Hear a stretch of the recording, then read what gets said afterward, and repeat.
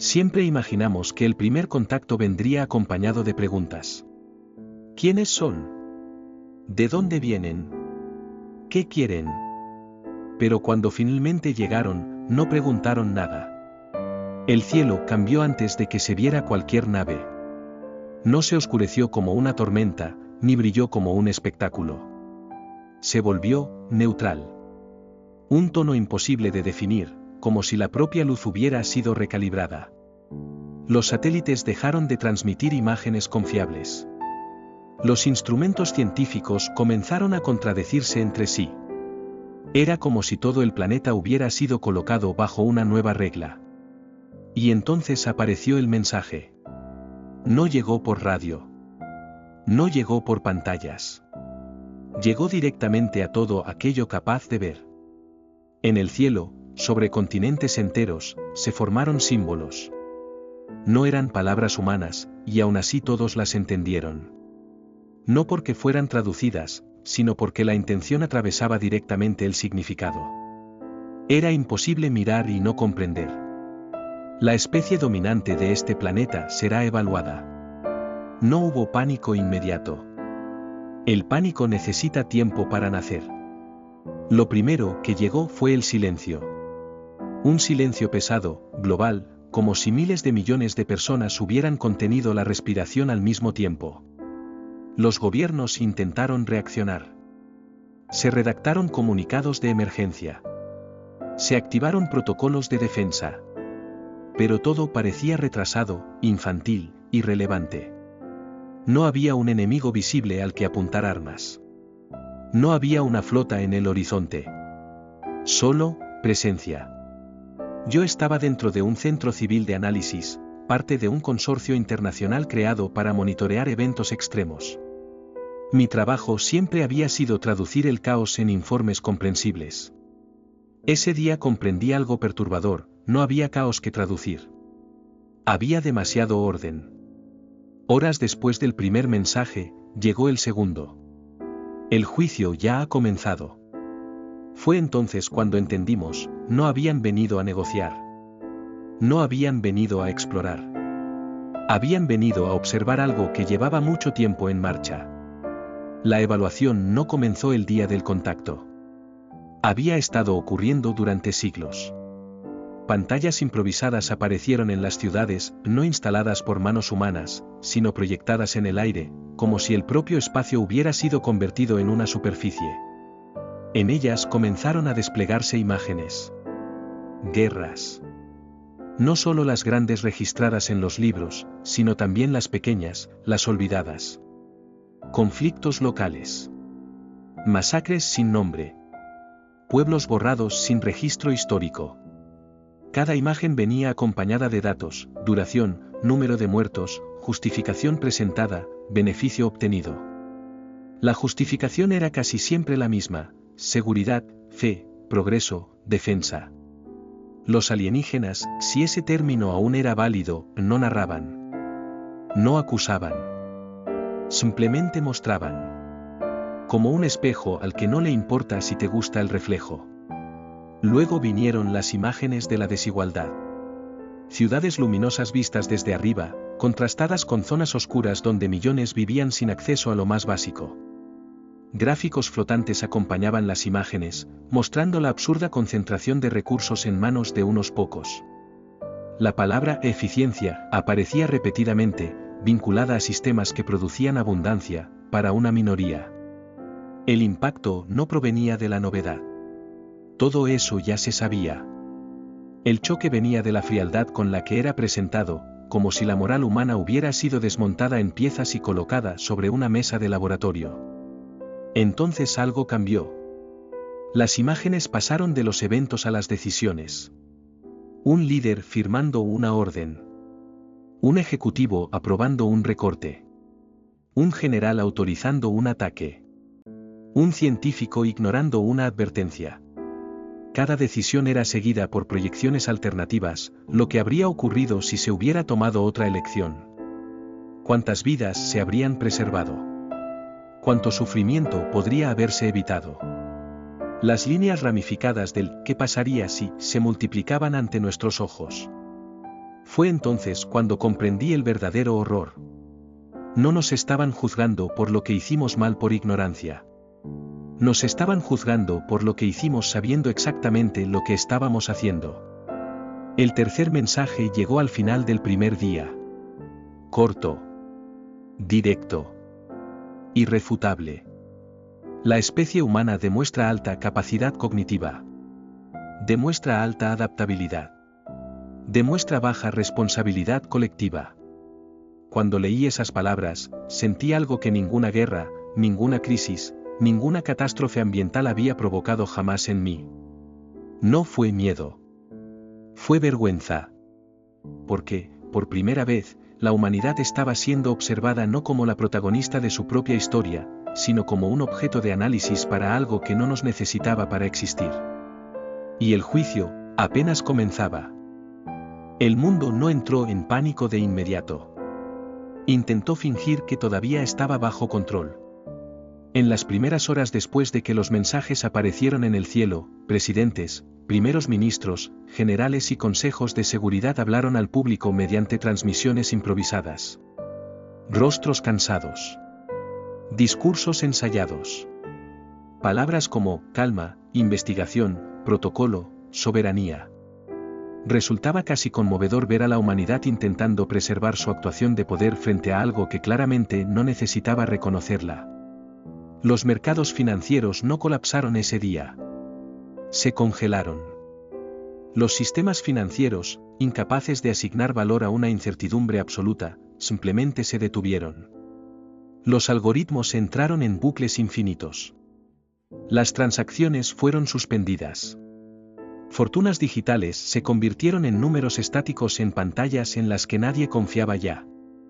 Por primera vez en siglos, el dinero perdió su significado no por un colapso económico, sino por irrelevancia. Las fuerzas militares globales fueron puestas en alerta máxima. Submarinos se reposicionaron. Misiles fueron armados. Satélites intentaron rastrear cualquier señal física de las entidades en el cielo. Nada funcionó. No había una firma térmica confiable. Ninguna masa detectable. Ninguna frecuencia consistente. Era como declarar la guerra a una idea. Entonces llegó la respuesta alienígena a nuestro intento de organización. Sin amenaza. Sin advertencia. Sin espectáculo. Todas las pantallas proyectadas cambiaron al mismo tiempo. Los líderes que acababan de hablar aparecieron en ellas, no en directo, sino como registros. Decisiones pasadas. Órdenes firmadas a puertas cerradas. Conversaciones privadas. Acuerdos ocultos. Traiciones diplomáticas. Estrategias que sacrificaron poblaciones enteras en nombre de la estabilidad política. Nada estaba editado. Nada era explicado. La exposición por sí sola fue suficiente. Ministros se quebraron en llanto frente a sus propias imágenes. Generales cortaron transmisiones abruptamente. Gobiernos enteros perdieron legitimidad en minutos, no porque fueran derrocados por armas, sino porque fueron desnudados ante todos. Los mensajes siguientes dejaron claro el patrón. Las autoridades humanas demuestran una priorización recurrente de la autopreservación. Gobernanza basada en conflicto interno constante. Baja eficiencia colectiva. Fue entonces cuando la confianza social comenzó a colapsar. Poblaciones enteras comprendieron algo profundamente inquietante: si esas entidades sabían tanto, si podían ver tan profundo, entonces ya no existían bastidores. No había salas privadas. Ninguna ilusión de que alguien, en algún lugar, realmente controlara la situación. Estallaron protestas, no contra los alienígenas, sino contra los gobiernos humanos. Las capitales fueron tomadas por multitudes confusas, no impulsadas por una ira organizada, sino por una desesperación difusa. La gente exigía respuestas a líderes que ya no tenían ninguna. Y los alienígenas observaban. Luego llegó el cuarto mensaje, quizás el más perturbador hasta entonces. Los intentos de resistencia armada han sido simulados. Resultados: extinción acelerada. Las pantallas mostraron proyecciones. No como una amenaza, sino como un cálculo. Escenarios de ataque humano. Represalia alienígena. Tiempos estimados. Porcentajes de supervivencia. En cada simulación aparecía la misma conclusión: cualquier intento de confrontación reducía drásticamente la probabilidad de preservación de la especie. No era intimidación. Eran estadísticas. El efecto psicológico fue devastador. La humanidad comprendió que no se enfrentaba a un enemigo que pudiera derrotar, sino a un evaluador que ya había calculado todas las alternativas posibles. La guerra, nuestro lenguaje favorito, simplemente no aplicaba. Y entonces, en medio de este colapso silencioso, llegó la frase que lo cambió todo. La evaluación no busca castigo. Busca selección. Nadie entendió de inmediato lo que eso significaba. Pero todos sintieron su peso. Porque selección implica elección. Y elección implica descarte. Ese día, el mundo no terminó. Pero la idea de que todos importábamos por igual, murió. Y, por primera vez, no fue un humano quien tomó esa decisión. El sexto día marcó el momento en que la humanidad comprendió que no estaba siendo atacada. Estaba siendo corregida. La primera eliminación ocurrió a plena luz del día, en una avenida congestionada. Un hombre armado intentaba forzar la entrada a un supermercado. Gritaba, amenazaba, empujaba a la gente. Nada diferente de lo que ya se había vuelto común desde el colapso de la autoridad humana. Hasta que simplemente, se detuvo. Su cuerpo quedó inmóvil por un segundo. No cayó. No fue alcanzado. Simplemente perdió rigidez, como si hubiera sido apagado desde dentro. Luego se disolvió en partículas luminosas, silenciosas, casi bellas. No hubo sangre. No hubo impacto. Las personas a su alrededor gritaron, no por lo que vieron, sino por lo que comprendieron. Minutos después, todas las pantallas disponibles se encendieron con el mismo mensaje. Comportamiento clasificado como hostil. Individuo eliminado del sistema social. No fue una ejecución. Fue una exclusión. El patrón se repitió en distintas partes del mundo. Saqueos violentos. Ejecuciones sumarias. Agresiones sexuales. Tortura. Siempre que se cruzaba el umbral invisible, la respuesta llegaba, rápida, precisa, sin emoción. Y siempre pública. El siguiente mensaje dejó claro que no se trataba de un castigo moral, sino de un ajuste funcional. La agresividad descontrolada compromete la viabilidad colectiva. La preservación requiere corrección inmediata. La humanidad comprendió, con un retraso doloroso, que se enfrentaba a un sistema que no juzgaba intenciones, creencias ni ideologías. Juzgaba resultados. Juzgaba impacto social. Y no había apelación. El efecto fue inmediato. La violencia abierta comenzó a disminuir. No porque las personas se hubieran vuelto mejores, sino porque aprendieron a actuar mejor. La amabilidad se convirtió en estrategia. La empatía pasó a ser un comportamiento de supervivencia. Las personas ayudaban a desconocidos mirando al cielo, a cámaras improvisadas, a cualquier cosa que pudiera estar observando. Las peleas se interrumpían con súplicas desesperadas, no hagas esto, nos están observando. Y lo estaban. Las pantallas se encendieron de nuevo.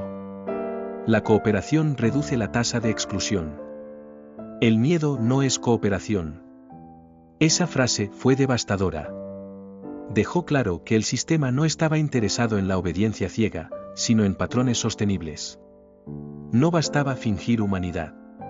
Era necesario funcionar como colectivo. Las comunidades comenzaron a reorganizarse. Surgieron consejos improvisados. Los individuos violentos eran aislados no por justicia, sino por autopreservación. Nos vas a matar a todos, se volvió una acusación literal. En algunos lugares, la población entregó a individuos considerados peligrosos a espacios abiertos, sabiendo lo que ocurriría.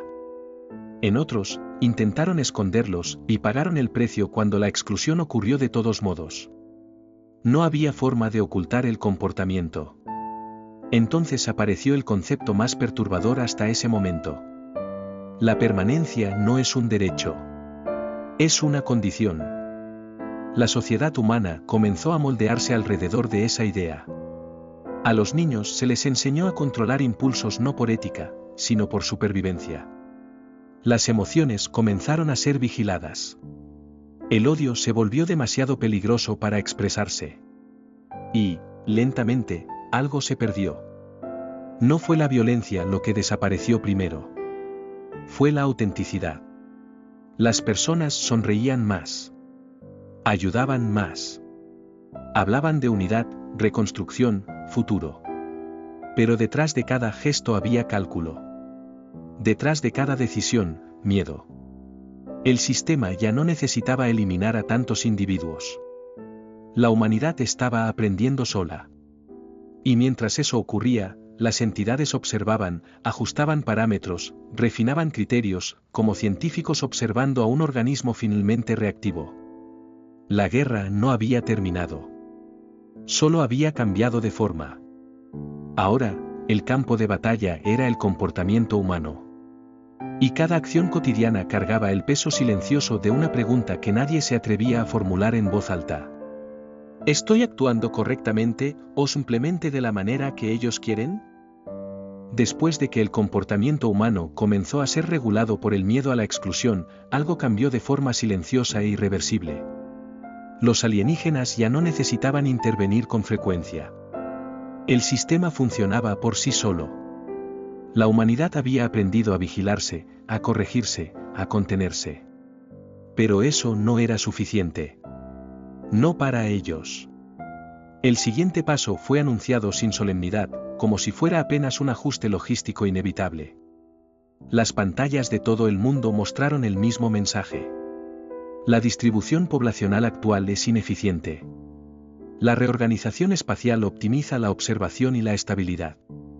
Al principio, nadie entendió lo que eso significaba. Hasta que las personas comenzaron a despertar en lugares distintos de aquellos donde se habían dormido. Familias enteras se acostaban en sus casas y despertaban dentro de estructuras que nunca habían visto. Ciudades surgían donde antes había desierto. Edificios desconocidos. Entornos limpios, silenciosos, perfectamente funcionales. No había transporte, no había desplazamiento visible, no había memoria del trayecto. Solo la sensación de que el espacio había sido plegado durante el sueño. En pocos días, quedó claro, las comunidades humanas estaban siendo movidas por el planeta como piezas en un tablero. Grupos considerados inestables eran reubicados juntos. Regiones antes violentas pasaban a coexistir en espacios controlados. Poblaciones cooperativas eran agrupadas en zonas amplias, organizadas, casi cómodas. No había rejas ni soldados alienígenas. El control no era físico. Era estructural. Las personas comenzaron a darse cuenta de que estaban siendo comparadas. Las reacciones humanas eran observadas. La adaptación, medida. El conflicto interno, registrado. Y, sobre todo, estaba la inquietante sensación de ser observados no como individuos, sino como patrones. En algunas áreas, aparecieron pantallas gigantes mostrando imágenes de otras zonas. Las personas veían comunidades similares a las suyas reaccionar de formas distintas. Algunas prosperaban. Otras colapsaban. Otras simplemente desaparecían de las transmisiones, sin explicación. Ningún mensaje acompañaba esas ausencias. No era necesario. Lo más perturbador vino después. Gradualmente, se hizo evidente que los alienígenas no solo estaban estudiando cómo se comportaba la humanidad bajo control. Se estaban divirtiendo con las variaciones. Las reorganizaciones se volvieron más frecuentes. Más abruptas. Un grupo se dormía unido y despertaba dividido. Otro despertaba rodeado de desconocidos con valores opuestos. No como castigo, sino como estímulo. Como quien ajusta parámetros para ver qué ocurre. Era un experimento vivo.